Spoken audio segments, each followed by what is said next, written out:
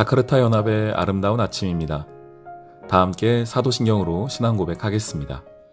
전능하사 천지를 만드신 하나님 아버지를 내가 믿사오며 그 외아들 우리 주 예수 그리스도를 믿사오니 이는 성령으로 잉태하사 동정녀 마리아에게 나시고 본디오 빌라도에게 고난을 받으사 십자가에 못 박혀 죽으시고 장사한 지 사흘 만에 죽은 자 가운데서 다시 살아나시며 하늘에 오르사 전능하신 하나님 우편에 앉아 계시다가 저리로서 산자와 죽은 자를 심판하러 오시리라. 성령을 믿사오며 거룩한 공회와 성도가 서로 교통하는 것과 죄를 사하여 주시는 것과 몸이 다시 사는 것과 영원히 사는 것을 믿사옵나이다. 아멘. 제 113편. 할렐루야. 여호와의 종들아 찬양하라. 여호와의 이름을 찬양하라. 이제부터 영원까지 여호와의 이름을 찬송할지로다. 해 돋는 데에서부터 해 지는 데에까지 여호와의 이름이 찬양을 받으시리로다. 여호와는 모든 나라보다 높으시며 그의 영광은 하늘보다 높으시도다. 여호와 우리 하나님과 같은 이가 누구리요? 높은 곳에 앉으셨으나 스스로 낮추사 천지를 살피시고 가난한 자를 먼지 더미에서 일으키시며 궁핍한 자를 거름 더미에서 들어세워 지도자들 곧 그의 백성의 지도자들과 함께 세우시며 또 임신하지 못하던 여자를 집에 살게 하사 자녀들을 즐겁게 하는 어머니가 되게 하시는도다. 할렐루야. 메리 크리스마스. 자카르타 연합의 아름다운 성탄절의 아침입니다. 시편 113편 말씀을 이 아침 함께 나눌 텐데요.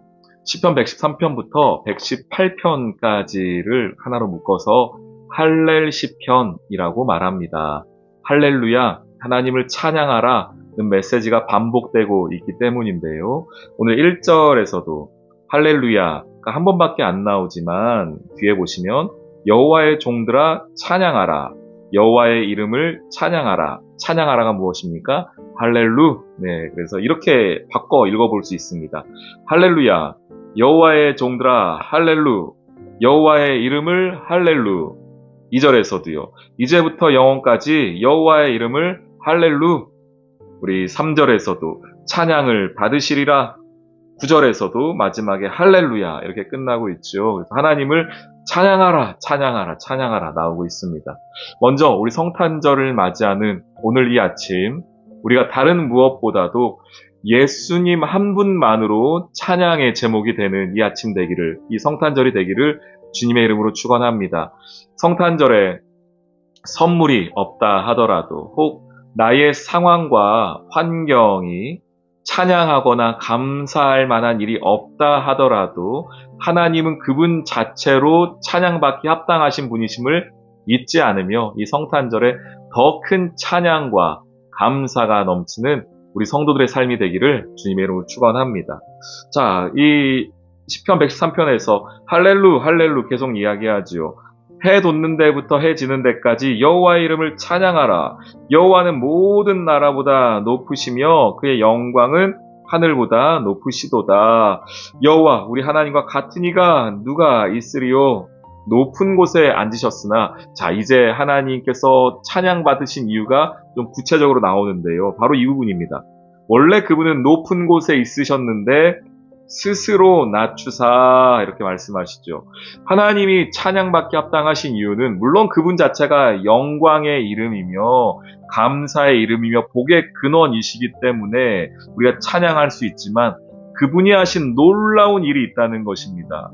이 성탄절 아침, 이 본문이 우리에게 와 닿는 이유는 바로 이 부분 때문이죠.